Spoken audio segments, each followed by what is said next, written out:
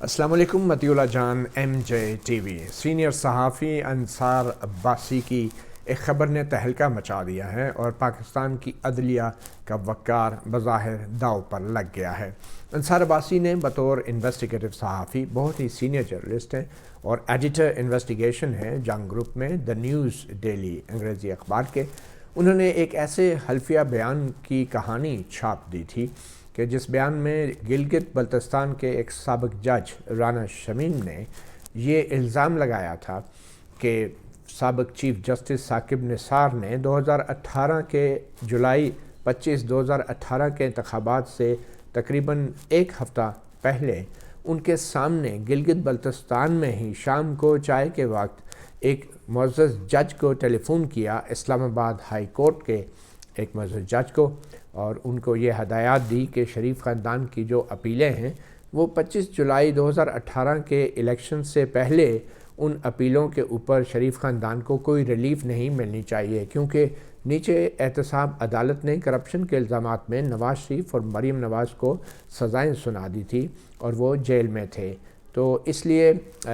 یہ بیان بڑی اہمیت اختیار کر گیا، کیونکہ اس سے پہلے بھی ایک احتساب عدالت کے جج ارشد ملک کی ویڈیو منظر عام پہ آئی تھی. ایک پریس کانفرنس میں مریم نواز اور اپوزیشن مسلم لیگ نون کے لیڈروں نے اس ویڈیو کو منظر عام پہ لایا تھا، جس میں جج ارشد ملک یہ دعویٰ کر رہے تھے کہ ان پہ دباؤ ڈال کے شریف خاندان کو سزائیں دلوائی گئی، نواز شریف کو سزائیں دلوائی گئی. تو بہرحال یہ وہ ایفیڈیوٹ تھا سابق چیف جج گلگت بلتستان کا، جو کہ لندن میں جو ریکارڈ کیا گیا، اس کی اٹیسٹیشن کرائی گئی، ایکسیکیوٹ کیا گیا، اور پھر اس کو بقول سابق جج رانا شمیم کے اس کو خفیہ کر دیا گیا تھا، سیل کر دیا گیا تھا. مگر اس کے باوجود بھی بظاہر وہ ایفیڈیوٹ اور اس کا متن جو ہے وہ کسی نہ کسی طریقے سے اور صحافیانہ ذرائع کی مدد سے انصار عباسی تک پہنچا. جب یہ اشاعت ہوئی اس ایفیڈیوٹ کی، تو چونکہ اس میں مبینہ طور پہ اسلام آباد ہائی کورٹ کے جج کی طرف اشارہ کیا گیا تھا کہ ایک جج کو ہدایات دے رہے تھے سابق chief justice Saqib Nisar, chief justice of Pakistan, تو پھر اس میں نام انصار عباسی نے تو نہیں چھاپا، مگر جو وہ حلفیہ بیان تھا وہ سوشل میڈیا پہ آ گیا اور اس کے اندر اسلام آباد ہائی کورٹ کے جسٹس عامر فاروق کا نام سامنے آیا کہ مبینہ طور پہ جو جج رانا شمیم تھے ان کے سامنے سابق چیف جسٹس ثاقب نثار نے ان کو ہدایات دی تھی اسلام آباد ہائی کورٹ کے. اس کے فوراً بعد چیف جسٹس اسلام آباد ہائی کورٹ نے توہین عدالت کی کارروائی شروع کرتے ہوئے نوٹسز جاری کیے. صرف انصار عباسی کو نہیں بلکہ سابق چیف جج گلگت بلتستان رانا شمیم کو نوٹس جاری ہوئے، انصار عباسی کو جاری ہوئے، اور دا نیوز کے ایڈیٹر عامر غوری کو جاری ہوئے، اور جنگ گروپ کے جو مالک ہیں، چیف ایڈیٹر ان چیف ہیں میر شکیل الرحمان، ان کو نوٹس جاری ہوئے. توہین عدالت کی کارروائی شروع ہوئی اور تقریباً 3 سماعتیں اب ہو چکی ہیں، اور آخری سماعت میں جو چیف جسٹس اسلام آباد ہائی کورٹ نے آرڈر جاری کیا تھا وہ یہ تھا کہ اب 7 جنوری کو باقاعدہ فرد جرم عائد کی جائے گی.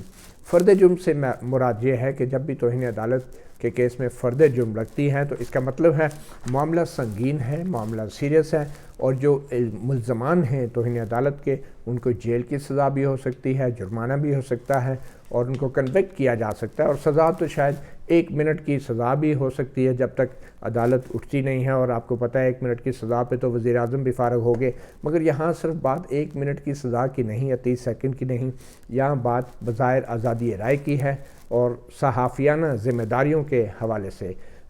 آج جو آرڈر باقاعدہ طور پہ تحریری طور پہ جاری کیا گیا ہے، گزشتہ سماعت کے حوالے سے کچھ دن لگتے ہیں تحریری آرڈر کے آنے پہ، یہ 12 صفحات پر مشتمل یہ آرڈر ہے، 12 صفحات پر مشتمل. اور ابھی یہ فیصلہ نہیں ہے، مگر چیف جسٹس اطہر منیلا نے 7 جنوری کو جو فرد جرم عائد کرنی ہے اس کے حوالے سے 12 صفحات پر جو ہے وجوہات بیان کی ہیں. اگر یہ کہا جائے کہ ان 12 صفحات کو پڑھنے کے بعد یوں لگتا ہے کہ چیف جسٹس آخر میں صرف سزا سنانا بھول گئے اور باقی تو انہوں نے پورا اس آرڈر میں ہی ثابت کرنے کی کوشش کر دی ہے فرد جرم عائد کرنے سے پہلے ہی کہ یہ تمام لوگ توہین عدالت کے مرتکب ہوئے ہیں، تو پھر یہ بھی غلط نہ ہوگا اور یہ کافی طویل آرڈر ہے. بظاہر اس میں سمپل میرے خیال میں 1-1.5 صفحے کے اندر یہ بتایا جا سکتا تھا کہ فرد جرم عائد ہوگی، اور جب فرد جرم عائد ہوتی ہے تو وہ ایک فہرست ہوتی ہے. اس فہرست میں یہ مختلف الزامات ہوتے ہیں کہ آپ نے بغیر تصدیق کے ایک عدالت کے خلاف، ایک جج کے خلاف آپ نے خبر شائع کر دی جو کسی شخص نے الزام لگایا تھا، آپ نے الزام شائع کر دیا. پہلا الزام یہ ہو سکتا ہے فرد جرم میں، جرم کے فہرست میں. دوسرا جرم جو ہے فہرست میں وہ یہ ہو سکتا ہے کہ آپ نے جو ہے ایک جج کو بدنام کیا ہے، اور آپ نے جو ایک اپیلیں سنی جا رہی تھی تو اس عدالتی عمل پہ اثر انداز ہونے کی کوشش کی ہے. اس طرح تیسرا جرم، مطلب ایک ہی واقعے کے اندر جو 8-10 جرائم ہیں ان کو ایک فہرست کی شکل میں فرد جرم تھما دی جائے گی. ان تمام ملزمان جو کہ 4 ملزمان ہیں، اور ان الزامات کا پھر جواب دینا ہوگا الگ الگ سے تمام ملزمان کو. مگر یہ جو 12 صفحات کا آرڈر ہے یہ بڑا دلچسپ ہے، کیونکہ اس میں یوں لگتا ہے کہ جو چیف جسٹس اسلام آباد ہائی کورٹ ہیں وہ اپنا شاید مائنڈ بنا چکے ہیں، بڑا سخت حکم دیا ہے، اور جو بنیادی الزامات ہیں، جو بنیادی حقائق ہیں اور واقعات ہیں، ان کے اوپر چیف جسٹس عطا من اللہ نے تفصیلی طور پہ اپنا ایک پوائنٹ آف ویو دے دیا ہے. اور فرد جرم ابھی 7 جنوری کو عائد ہونی ہے یا فرد جرم لگنی ہے، مگر اس سے پہلے جو عدالت نے اپنا مائنڈ ظاہر کیا ہے وہ ہم آپ کو بتا دیتے ہیں کہ 12 صفحات پر مشتمل یہ جو آرڈر ہے. اس آرڈر کی ایک اور خاص بات یہ ہے کہ attorney general for Pakistan barrister Khalid Javed جو ہیں ان کو پروسیکیوٹر مقرر کیا گیا ہے، اور جو توہین عدالت کا قانون ہے 2003 کا، اس کے تحت کنٹمپٹ آف کورٹ کے اندر جو اٹارنی جنرل ہوتے ہیں، اٹارنی جنرل آفس ہوتا ہے، وہ بطور استغاثہ، بطور پروسیکیوٹر کام کرتا ہے. تو یہ جو 12 صفحات ہیں مختصراً میں ان صفحات کے اندر جو چیف جسٹس عطا من اللہ نے مختلف اپنا مائنڈ شو کیا ہے اور بتایا ہے کہ یہ کیوں توہین عدالت ہوئی ہے اور اس پہ کیوں فرد جرم عائد ہونی چاہیے، وہ میں آپ کو مختصر بتا دیتا ہوں. چیف جسٹس اسلام آباد ہائی کورٹ عطا من اللہ کہتے ہیں کہ پہلے اس توہین عدالت کیس کی سماعت 13 دسمبر کے ہوئی، پھر 20 دسمبر کے ہوئی، اور اب جو ہے اس کیس کی سماعت 28 دسمبر کو، جو لاسٹ ہیئرنگ تھی 2 دن پہلے کی، 28 دسمبر کو ہوئی ہے. تو اس کا تحریری آرڈر آج جاری ہوا ہے. تو اس میں وہ کہہ رہے ہیں کہ جو توہین عدالت کا قانون ہے سیکشن 17 کا، اس کے مطابق ایک ابتدائی سماعت جو ہونی تھی اور فریقین کا موقف سننا تھا وہ ہم نے سن لیا ہے سیکشن 17 کے تحت، جو توہین عدالت کا قانون ہے اس کے تحت. اور مگر یہ اب میں آپ کو بتاؤں تو ابتدائی سماعت کا انہیں حوالہ دے دیا کہ ہم نے قانون کے مطابق کارروائی پوری کی ہے، تو اس لیے اب ہم آگے بڑھ رہے ہیں. مگر اسی سیکشن 17 کو اگر آپ پڑھیں تو اس میں ایک بڑی دلچسپ بات لکھی ہے. اس میں لکھی ہے کہ شرط یہ ہے آپ پروسیڈ کریں مبین ملزمان کے خلاف توہین عدالت کے، مگر ان ملزمان کے اوپر جو الزام لگا ہے توہین عدالت کا، کسی جج کے اوپر تنقید کرنے کا، تو کوئی بھی الزام لگانے والا کہ شخص نے توہین کی ہے اس کا ایفیڈیوٹ بھی ہو سکتا ہے، اور جو شخص الزام لگائے گا تو اس کے اوپر جرح کرنے کا حق بھی ہوگا ملزمان کو. مثلا اگر کوئی شخص یہ کہتا ہے، رجسٹرار ہے کسی کورٹ کا، وہ کہتا ہے کہ میں نے یہ اخبار میں خبر پڑھی، تو اس کو ایفیڈیوٹ دینا ہوگا. تو پھر جو ملزمان ہیں ان کے پاس یہ حق بن جائے گا کہ وہ اس الزام لگانے والے پہ جرح کرے، کیونکہ وہ الزام ایفیڈیوٹ کی صورت میں آئے گا، تو جب آپ ایفیڈیوٹ دیں گے تو پھر اس پہ جرح بھی ہوگی. اور یہی بات کی جا رہی ہے کہ اگر سابق چیف جسٹس ثاقب نثار یہ سمجھتے ہیں کہ یہ توہین عدالت کا کیس بنتا تھا تو پھر ان کو سامنے آنا چاہیے تھا، کیونکہ ان کا نام بھی لیا گیا ہے اور سپریم کورٹ آف پاکستان کا نام لیا گیا ہے. اور زیادہ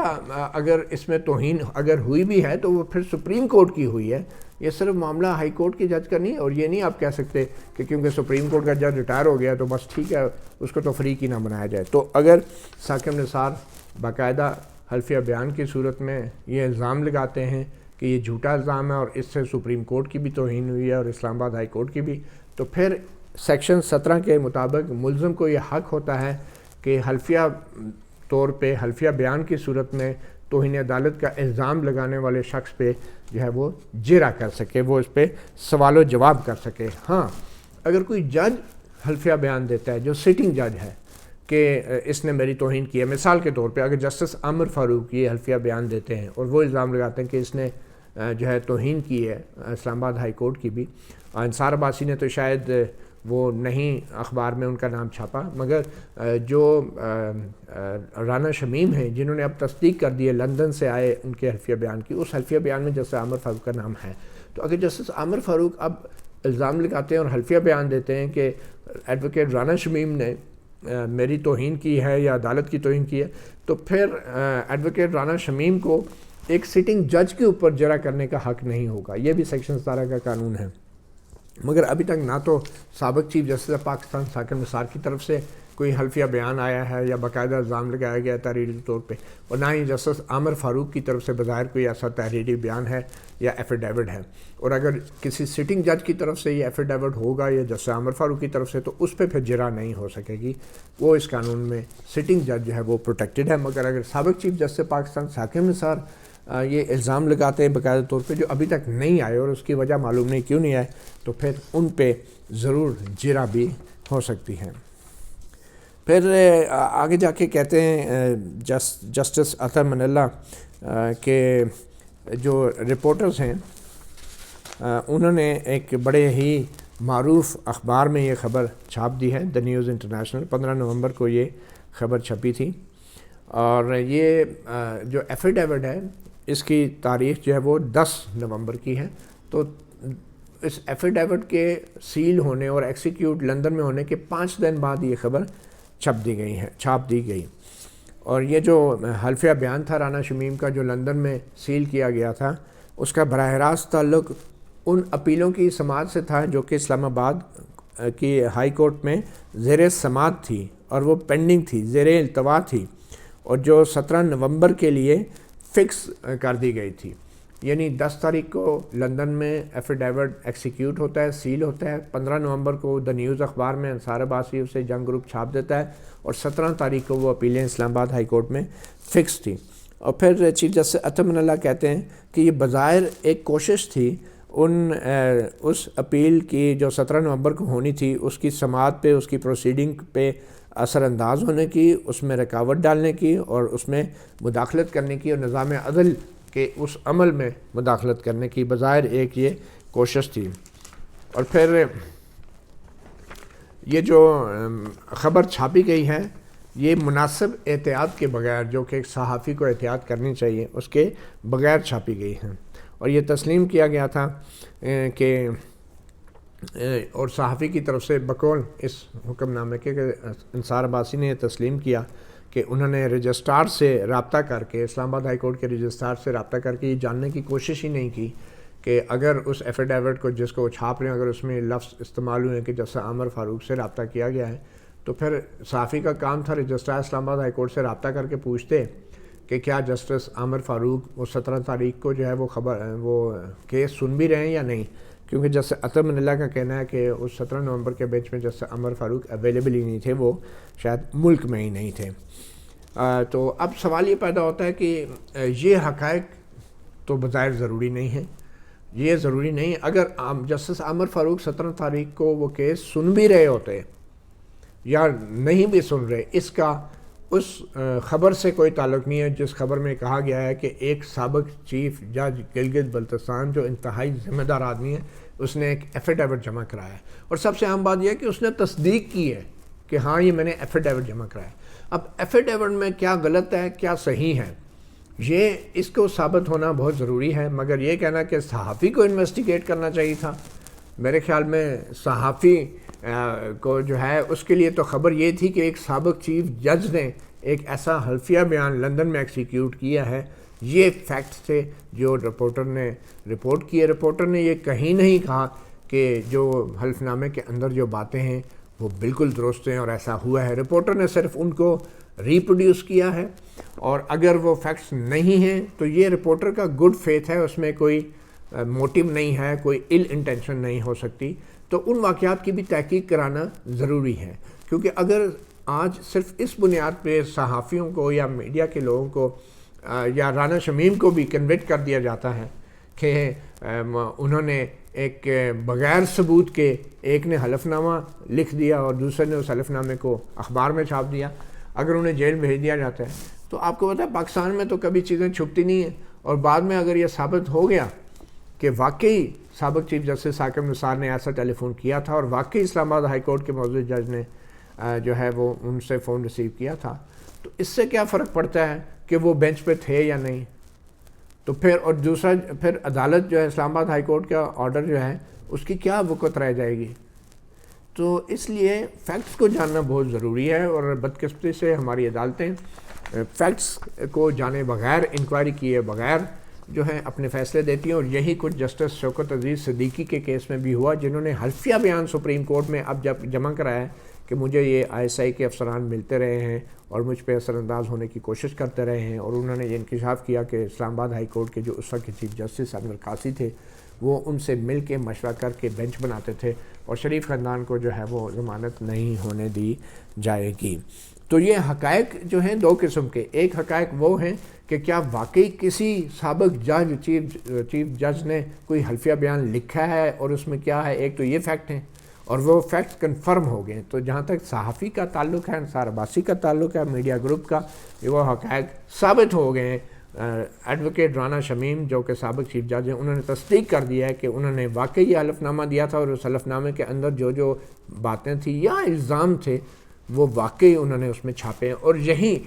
صحافی کی سٹوری تھی۔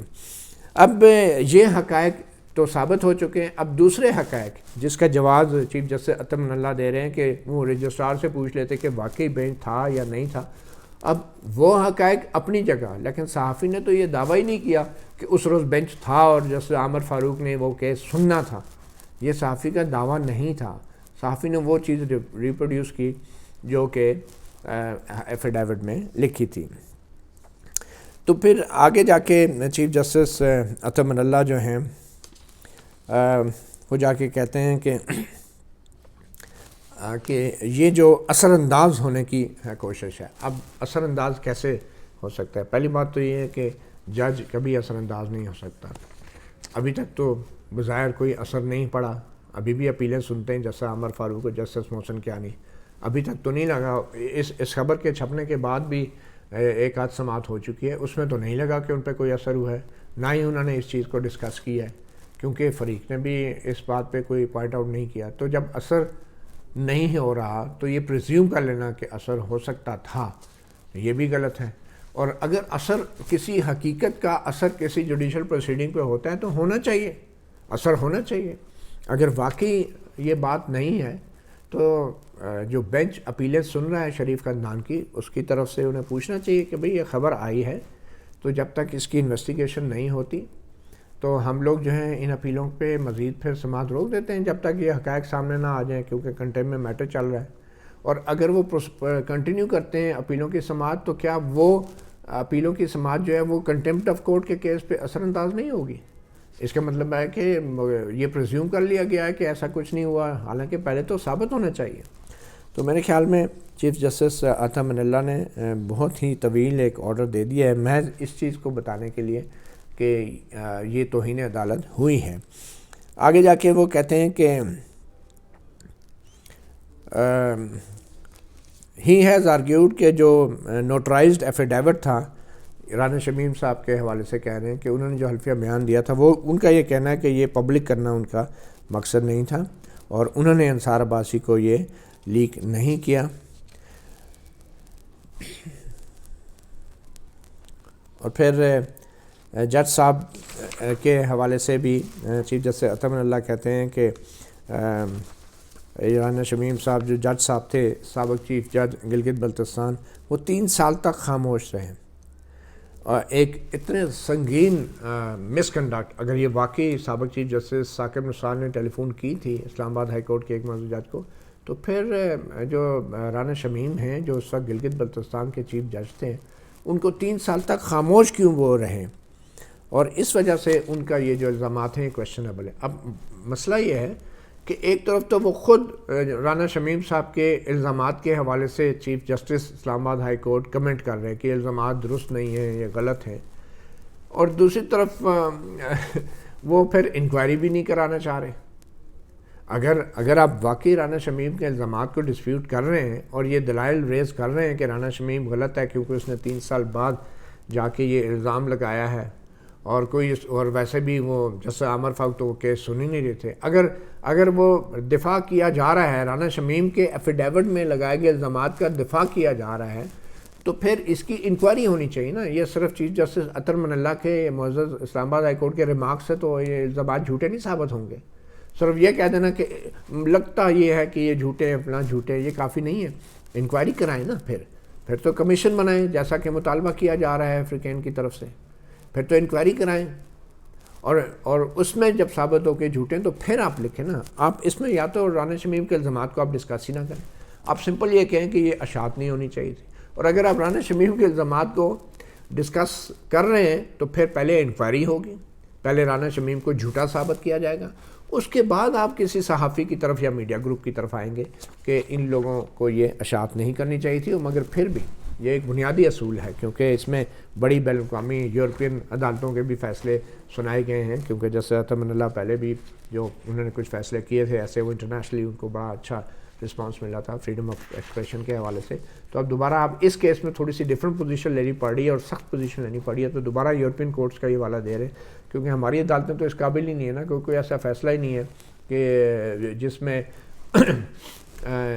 جس کو کوٹ کر کے آپ مزید فیصلے کریں. پاکستان کے اندر تو کوئی اچھے عدالتیں فیصلے نہیں دیتی رہی توہین عدالت کے، اور ویسے بھی پاکستان کے اندر جو عدالتی فیصلے ہیں وہ تو خود توہین عدالت ہیں ہماری تاریخ کے. تو اس لیے میرے خیال میں جو اس وقت جو چیف جسٹس اطہر من اللہ کر رہے ہیں وہ رانا شمیم کے الزامات کو تو جھٹلا رہے ہیں، مگر کسی قسم کی انکوائری کی طرف جانے پر وہ راضی نہیں لگتے. تو یہ ایک طویل ایک آرڈر ہے، اور اس میں یہ بھی کہا جا رہا ہے کہ یہ جو ایفیڈیوٹ ہے، جو لیک ڈاکومنٹ ہے، یہ بظاہر جوڈیشل پروسیڈنگ کو پر اثر انداز ہونے کی کوشش کرتا ہے. اور اب دیکھیں، اگر یہ جوڈیشل پروسیڈنگ کو اثر انداز ہونے کی کوشش ہے تو یہ کوئی نئی چیز نہیں ہے. جو سپریم کورٹ میں جب پاناما کا کیسز ہیئرنگ ہو رہی تھی، اس وقت جو ٹیلی ویژن میڈیا پہ میڈیا ٹرائل ہو رہا تھا ملزمان کا پاناما کیس میں، تو وہ کیا تھا؟ اور یہ ایک پریکٹس ہے میڈیا کی، ایک روایت ہے، ایک ٹریڈیشن ہے چلی آ رہی ہے کہ بڑے بڑے امپورٹنٹ کیسز جو پینڈنگ ہوتے ہیں، پینڈنگ تو اس ملک میں 20 لاکھ کیسز ابھی بھی ساری عدالتوں میں ملک کے پینڈنگ ہے. تو اس کا مطلب سارے 22 کروڑ عوام اپنے منہ پہ ٹیپ لگا لیں. اور ادھر تو آپ کو پتہ ہے ساری عمر دادا کیس کرتا ہے اور پوتا جو ہے وہ بھی کیس کر رہا ہوتا ہے، تو اس وقت منہ بند رکھیں کیونکہ پینڈنگ ہے میٹر. تو یہاں پہ اور بڑے مسائل ہیں، ان کو بھی دیکھنا پڑے گا. صرف میٹر پینڈنگ ہونا جو ہے وہ کافی نہیں ہے، اور یہ کہہ دینا کہ یہ اثر انداز ہونے کی کوشش ہے. میرے خیال میں تو یہ جو کنٹیمپٹ آف کورٹ پروسیڈنگ ہے، اس سے زیادہ اثر پڑ سکتا ہے اپیلوں کے اوپر جو کہ شریف خاندان کی دوسری عدالت میں، کمرہ عدالت میں سنی جا رہی ہیں. اور جہاں تک سچ اور جھوٹ کا تعلق ہے، اب رانا شمیم نے سچ بولا ہے یا جھوٹ بولا ہے، اس کی بھی آپ انکوائری کرا لیں. اور ویسے تو اس ملک میں جرنیل بھی جھوٹ بولتے رہے، ٹھیک ہے، وزیر اعظم جو ہیں، سیاستدان بھی جھوٹ بولتے رہے ہیں، ججز بھی جھوٹ بولتے رہے ہیں، بلکہ عدالتی قتل تک ہوئے ہیں. ہماری تو ایک مخصوص تاریخ ہے، ہم کوئی خلا میں تو نہیں بیٹھے، ہم کوئی کسی جزیرے پہ تو نہیں بیٹھے جہاں پہ رول آف لا ہوتا ہے. تو ہماری ایک مخصوص تاریخ ہے، اور اس تاریخ کو ہمیں جو ہے بھولنا نہیں چاہیے. اور ویسے بھی صحافی اور پاکستان کے اندر جو صحافی ہیں وہ آلریڈی اتنے دباؤ میں ہیں، اتنے پریشر میں ہیں کہ اب اگر عدالتوں کے ذریعے بھی میڈیا ٹرائل کیا جائے گا تو پھر جو رہی سہی چھوٹی موٹی جو آزادی ہے یا تھوڑی بہت جو ہمت کر لیتے ہیں تو وہ بھی پھر نہیں رہے گی. پہلے عدلیہ کو آزاد تو کرا لیں، پھر پہلے میڈیا کو آزاد تو کرا لیں، پھر اس کے بعد اگر عدلیہ پہ کوئی میڈیا خبر چھاپتا ہے تو آپ میڈیا کے خلاف بھی کارروائی کریں. جب عدلیہ بھی آزاد نہیں ہے ہمارے ملک میں، میڈیا بھی ہمارے ملک میں آزاد نہیں ہے، تو پھر یہ توہین عدالت کس چیز کی؟ کون سا الزام جھوٹا ہے اس ملک میں؟ اس وقت پچھلے 3-4 سال میں جو کچھ عدلیہ نے کیا یا جو کچھ میڈیا کے ساتھ ہوا، اس کے بعد توہین عدالت کو اس طریقے سے زور زبردستی کے ساتھ توہین عدالت کے قانون کو ٹھونسنا اور نافذ کرنا اور سزائیں سنانے کی باتیں کرنا، میرے خیال میں یہ تو پھر زخموں پہ نمک چھڑکنے کی بات ہے. اور یہ جتنا طویل آرڈر چیف جسٹس اطہر من اللہ نے 12 صفحات پر مشتمل لکھ دیا ہے، اس کے بعد تھوڑا سا مزید اس کو طویل کر کے سابق chief justice of Pakistan Saqib Nisar کو بھی اگر طلب کر لیا جاتا یا پھر ایک کمیشن بنا کے حقائق کی تحقیق کر لی جاتی اور اس کے بعد پھر معاملات کو آگے بڑھایا جاتا تو وہ زیادہ بہتر ہوتا. اور جہاں تک اپیلوں کا تعلق ہے جو ابھی بھی زیر سماعت ہیں اسلام آباد ہائی کورٹ میں، تو اتنے سنگین الزامات کے لگنے کے بعد تو یقینی طور پہ جن معزز ججز کا نام آیا ہے کہ ان کے ساتھ مبینہ طور پہ سابق چیف جسٹس ثاقب نثار نے ٹیلی فون پہ بات کی، انہیں ہدایات کی، چاہے وہ بینچ پہ تھے یا نہیں، اس سے کوئی فرق نہیں پڑتا. ہماری تاریخ بتاتی ہے کہ کبھی کبھی تو صرف چیف جسٹس کو ہی بتا دینا کافی ہوتا تھا کہ بھائی فلاں جج کو بتا دیں کہ یہ فیصلہ ایسے نہیں آنا چاہیے اور ایسے نہیں آنا چاہیے، تو اس سے کوئی فرق نہیں پڑتا کہ جس جج سے بات کی گئی ہے یا نہیں کی گئی وہ بینچ پہ تھا یا نہیں تھا. تو تھوڑا سا معاملے کو منطقی انجام تک اگر ہم نے پہنچانا ہے تو ہمیں اپنی تاریخ کو نظر انداز نہیں کرنا چاہیے اور تھوڑی سی ہمت دکھا کے اپنے پیٹی بھائیوں کو بھی طلب کرنا چاہیے اور ان کا بھی حلفیہ بیان منگانا چاہیے. مگر بات وہی ہے کہ اگر سابق چیف جسٹس ثاقب نثار اب ان سے حلفیہ بیان مانگا جاتا ہے، اگر وہ نہیں دیتے تو پھر